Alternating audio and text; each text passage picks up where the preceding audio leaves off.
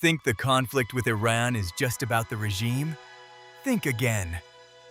What if I told you the bombs hitting Iranian infrastructure aren't just targeting buildings, but deliberately crushing the lives of millions of innocent people, and one country is laughing all the way to the bank?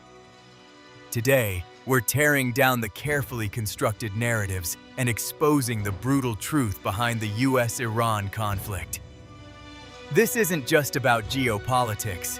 It's a calculated strategy that inflicts unimaginable suffering on everyday people, while sparking a dangerous regional powder keg, and there's a primary beneficiary quietly raking in the rewards.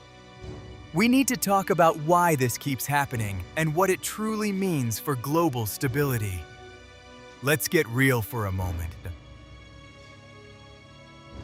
When we hear about potential strikes or crippling sanctions on Iran, the official line is always about targeting the regime or preventing nuclear proliferation.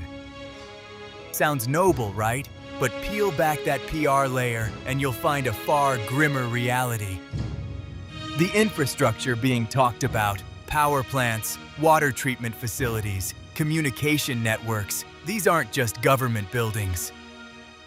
These are the veins and arteries of a nation, and when they are targeted, whether directly or through the slow strangulation of sanctions, it's the common Iranian citizen who bears the brunt. We're talking about mothers struggling to find medicine for their kids, families living without reliable electricity or clean water, students unable to access education. These people have no say in their government's policies, yet they are the ones paying the ultimate price. This isn't a surgical strike on a bad actor. It's a cold, calculated act of collective punishment designed to cause widespread misery and, perhaps, instigate internal collapse. The tragic irony is that this strategy backfires spectacularly, or perhaps it achieves a different unspoken goal.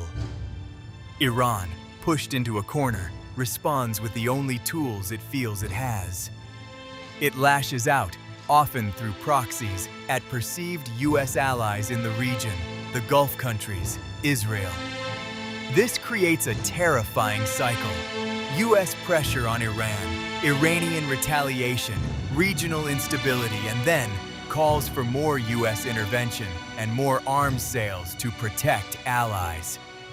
It's a perpetual motion machine of conflict, fear, and huge profits. Every missile fired, every drone launched, every tremor of insecurity in the Middle East translates into billions of dollars flowing into the coffers of the military-industrial complex and solidifies American strategic dominance in the region. The Gulf nations, for all their wealth, often find themselves stuck between a rock and a hard place, unable to genuinely challenge US foreign policy without risking their own security guarantees. They become unwitting participants in a game where America sets the rules and reaps the biggest rewards. So, here's the urgent question that keeps me up at night. Who's going to stop this? The regional players are too dependent. The global powers, however, have a vital role to play.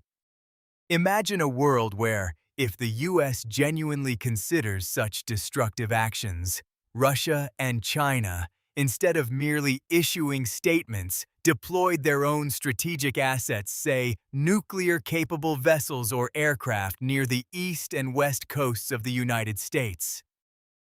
Not as an act of aggression, but as a clear, unmistakable signal. If you want to play a dangerous game that threatens global stability by causing untold suffering, understand that the rules have changed. Your own backyard is no longer untouchable. This isn't about promoting conflict.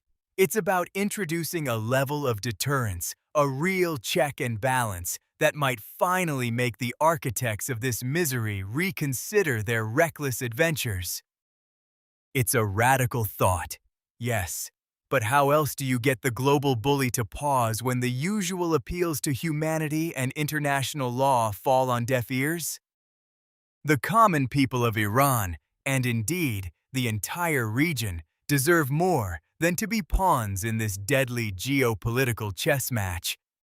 If you found this breakdown insightful, make sure to check out our next video analyzing China's growing influence in the Middle East.